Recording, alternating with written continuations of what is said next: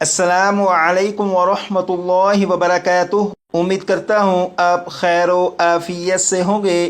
आसान और मुख्तसर तजवीदुल कुरान कोर्स की अल्हम्दुलिल्लाह ये क्लास नंबर 11 है।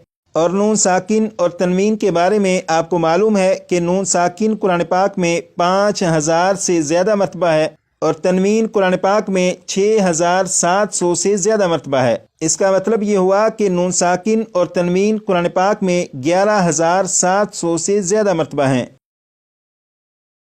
और आपको मालूम है कि नून साकिन और तनवीन के 4 कायदे हैं: इजहार, इख्फा, इदगाम, इकलाब। इन 4 कायदों में से 2 कायदे इजहार और इख्फा ये कायदे तो आप पढ़ चुके हैं और 2 कायदे अभी रहते हैं। अगर आप इन 4 कायदों को अच्छी तरह समझकर याद कर लेते हैं तो इन 4 कायदों की बुनियाद पर पूरे कुरान पाक में जिस जगह भी नून साकिन या तनवीन हो आपको मालूम होगा कि इस नून साकिन या तनवीन में गुन्ना करके पढ़ना है या बग़ैर गुन्ना किए पढ़ना है। इसलिए आप कोशिश करिएगा कि इन 4 कायदों को अच्छी तरह ज़ुबानी याद कर लीजिएगा ताकि जब कुरान पाक के सबक पर पहुँचें तो इन 4 कायदों की बुनियाद पर कुरान पाक के सबक को पढ़ना आपके लिए मज़ीद आसान हो सके। इन 4 कायदों में से इजहार और इख्फा ये 2 कायदे तो आप पहले पढ़ चुके हैं और आज की क्लास में इदगाम के सबक को शुरू करेंगे। अब यहाँ पर देखिएगा ये लिखा हुआ है इदगाम इदगाम इदगाम, 6 मरतबा पढ़िएगा।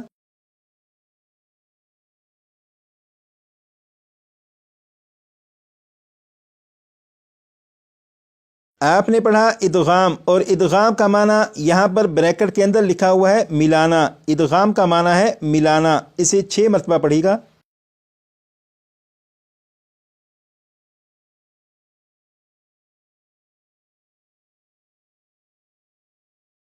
यहाँ पर लिखा है नून साकिन और नून साकिन के बारे में आपको मालूम है कि नून के ऊपर अगर जज्म हो तो नून साकिन होगा। यहाँ पर नून के ऊपर जज्म है तो ये नून साकिन है।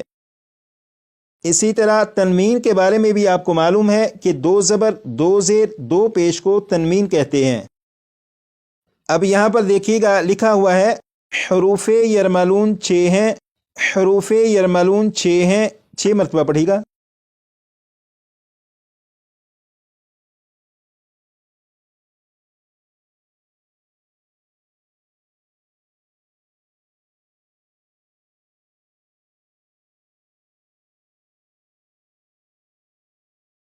आपने पढ़ा हरूफ यरमलून 6 हैं। वो हरूफ यरमलून जो 6 हैं वो यहाँ पर लिखे हुए हैं: या रो मीम लाम वाव नून।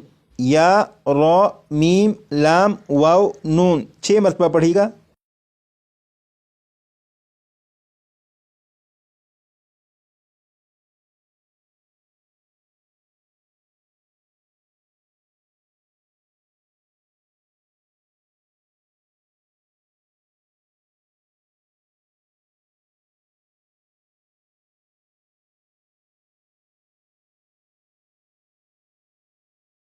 आपने पढ़ा इदगाम और इदगाम का माना है मिलाना। सवाल यह है कि इदगाम यानी मिलाने से क्या मुराद है।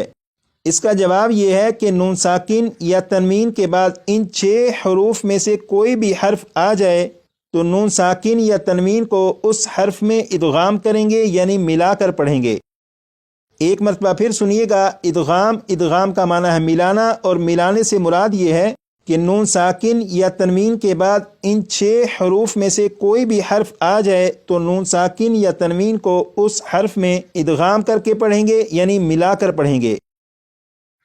जैसे यहाँ पर आप देखें ये है नून साकिन और नून साकिन के बाद या है। ये जो या है ये या इन 6 हरूफ में से है। जैसे यहाँ पर ये या मौजूद है, नून साकिन के बाद जब या है तो ये जो नून साकिन है इस नून साकिन को इस या में इदगाम कर देंगे यानी मिलाकर पढ़ेंगे।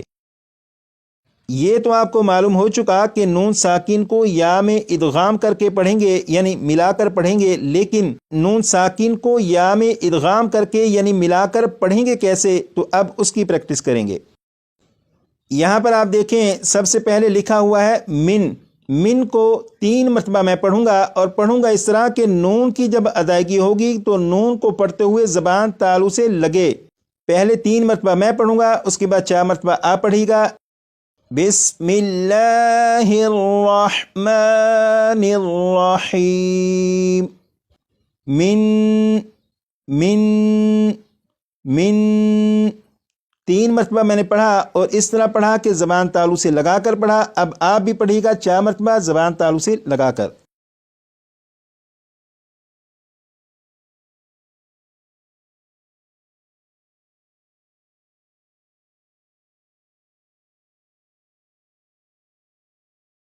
آپ نے پڑھا من، بالکل اسی طرح 3 مرتبہ دوبارہ پڑھیں گے، لیکن ایک فرق یہ رکھیں گے کہ اب جو پڑھنا ہے زبان تالو سے ہٹا کر پڑھیں گے۔ اب اسے 3 مرتبہ میں پڑھوں گا اور اس طرح کے زبان تالو سے ہٹا کر پڑھوں گا، اس کے بعد 4 مرتبہ آپ پڑھیے گا اور پڑھنے سے پہلے 1 مرتبہ زبان تالو سے لگا کر پڑھوں گا، اس کے بعد 3 مرتبہ زبان تالو سے ہٹا کر پڑھوں گا تاکہ آپ کو دونوں آوازوں کا فرق بھی معلوم ہو۔ من من من من 4 مرتبہ آپ پڑھیے گا۔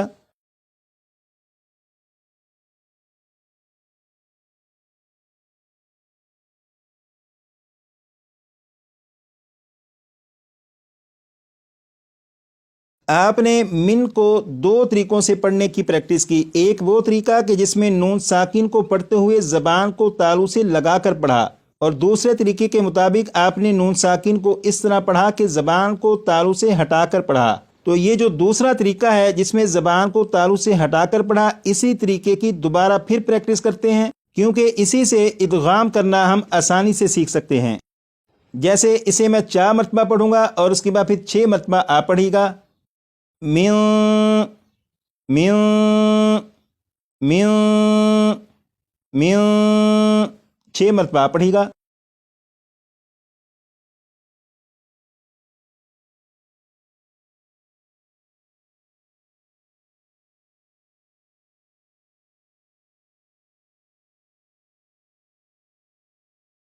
یہاں پر آپ نے پڑھا میوں میوں۔ آپ غور کریں کہ یہاں پر ایسے معلوم ہو رہا ہے کہ جیسے میم کے بعد جو آواز ہے وہ اوپر کی طرف جا رہی ہے، جیسے میوں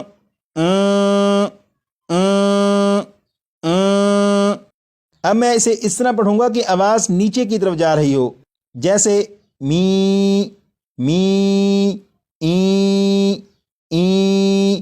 یہ جو آواز ہے می می، اگر آپ نے اس آواز کی بھرپور پریکٹس کر لی تو یہی ادغام ہے۔ اب آپ یہاں پر غور کریے گا کہ میں میم کے بعد یا کو پڑھوں گا اور درمیان میں جو آواز ہے اس پر غور کریے گا، میاؤ من میاؤ من۔ یہ جو آواز ہے می ای، یہی ادغام ہو رہا ہے، اور ادغام اس طرح کے نون ساکن کو یا میں شامل کر کے پڑھا جا رہا ہے اور غنہ کر کے پڑھا جا رہا ہے۔ آج کی کلاس کا جو سب سے اہم سبق تھا وہ یہی تھا کہ ادغام کرنے کے بارے میں آپ کو معلوم ہو جائے کہ ادغام ہوتا کس طرح سے ہے، اور آپ اس کی پریکٹس کر لیجئے گا تاکہ بقیہ جو سبق ہے اس سبق کو سمجھنا ہمارے لیے آسان ہو۔ اس سبق کی وضاحت رہتی ہے وہ کلاس نمبر 12 میں انشاءاللہ کروں گا۔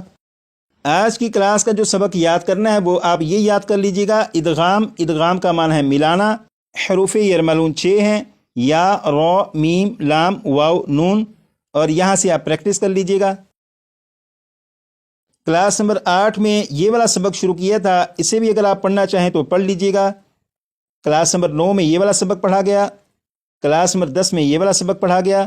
اگر ان اسباق کی بھی آپ دہرائی کرنا چاہیں تو کر لیجئے گا۔ آج کے لیے اتنا ہی، مزید کلاس نمبر 12 میں